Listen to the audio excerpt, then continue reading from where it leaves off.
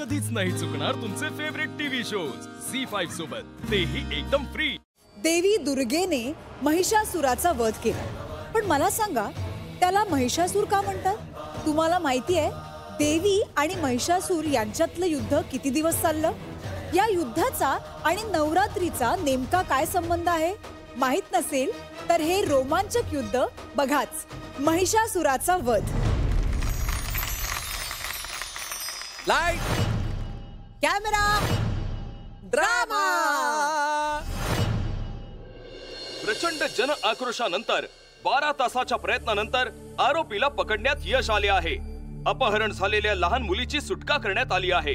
या घटना दिवसेंदिवस वाढतच चालल्या आहेत, त्यामुळे त्यासाठी सरकारने योग्य ती आई, अपहरण म्हणजे काय होतं? काय होते सगळीकडे? तुला काय करायचंय?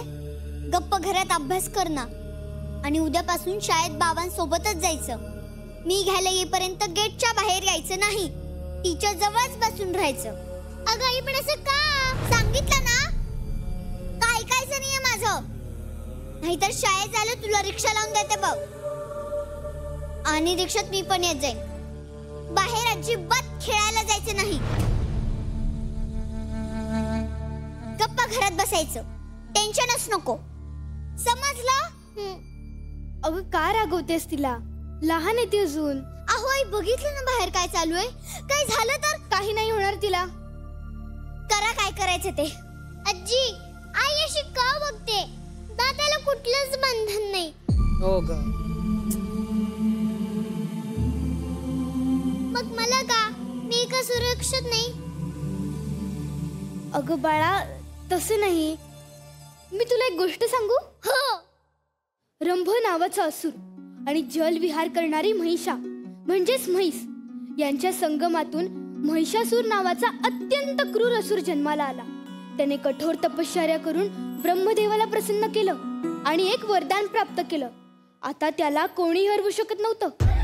या तामसी राक्षसानं स्वर्ग, पृथ्वी आणि पाताळात हाहाकार माजवला होता।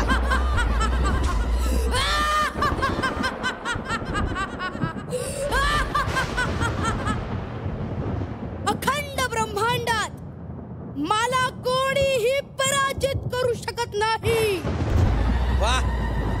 इंद्राचा पराजय करून त्याच्या सिंहासनावर सत्ता मिळवली आहे। क्या आवाज मिळून काय ना, क्या बात।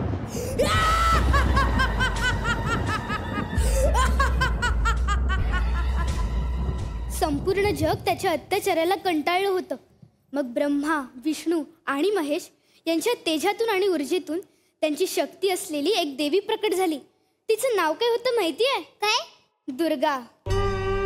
त्या निर्दयी महिषासुराचा निपात माझ्या चातून होणार। ब्रह्मदेवाच्या वरदानाचा ज्यानं गैरवापर केला त्या महिषासुराच्या पापाचा घडा भरला आहे। देवी, परंतु लक्षात असू दे, हा महिषासूर मायावी राक्षस आहे, ज्याचं धड महिषेचं आणि शरीर राक्षसाचं आहे। तो अत्यंत क्रूर आणि बलाढ्य आहे। देवराज, निश्चिंत व्हा, महिषासूर आणि त्यांची सेना नष्ट केल्याशिवाय ही दुर्गा शांत होणार नाही। वाह वाह वाह! एका बाजूला अख्खी राक्षस सेना आणि एका बाजूला आई दुर्गा। मग काय झालं? मग काय, मोठ्या युद्धाची तयारी सुरू झाली। असं ऐकलंय, माझा संहार करण्यासाठी वाह वाह! देव लोकांनी कुणी एका नारीची निर्मिती केली आहे, आणि अख्ख्या सृष्टीत माझ्या समोर कोणी उभं राहू शकलं नाही, आणि तिथे ही नारी काय करणार? तुझा अहंकारच तुझ्या विनाशाचं कारण ठरणार। हो युद्धाला तयार।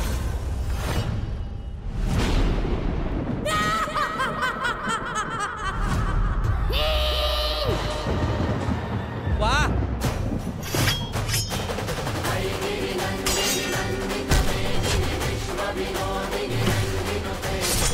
वाह वाह सावी वाह!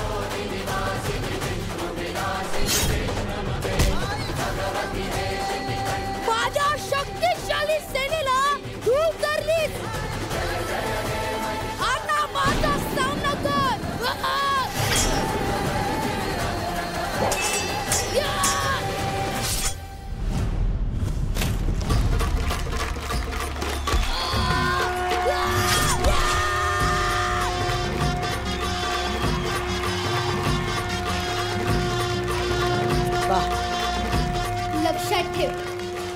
जेव्हा जेव्हा पृथ्वीवर अत्याचार वाढेल तेव्हा तेव्हा दुर्गा प्रकट होईल.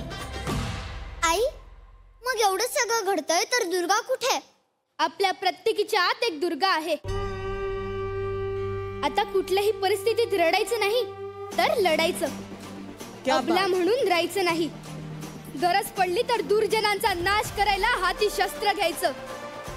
दुसऱ्यांची दृष्टी बदलायची असेल तर आधी आपला दृष्टिकोन बदलायला हवा. कारण त्यांना कळायला हवं, तू फक्त स्त्री नाहीस तर नारायणी आहेस, सरस्वती आहेस आणि दुर्गा सुद्धा आहेस.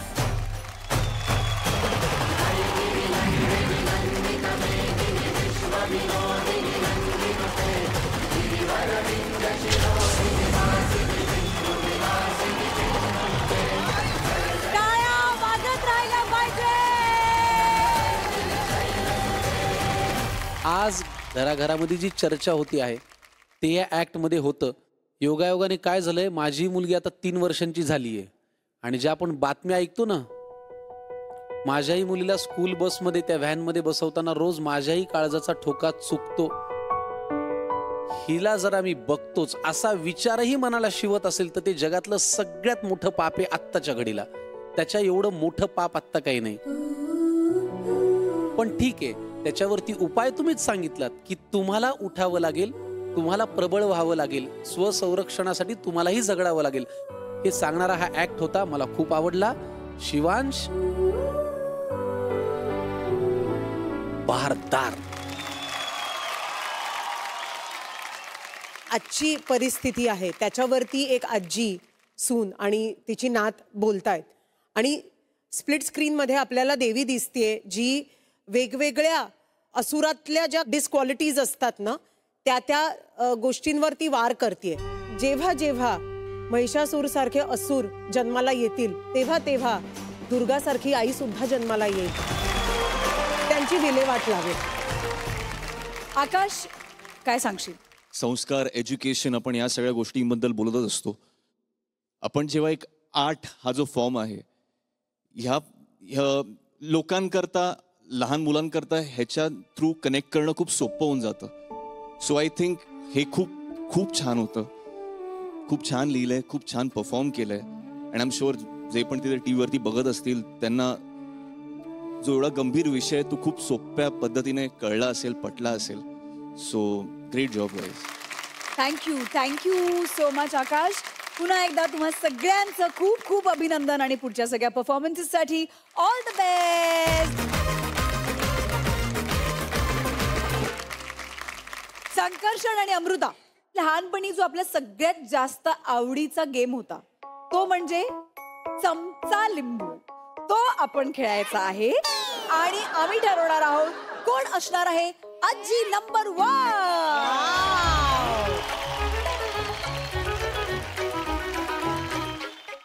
झी5 ॲप डाउनलोड करा आणि पहा सर्व एपिसोड्स एकदम फ्री.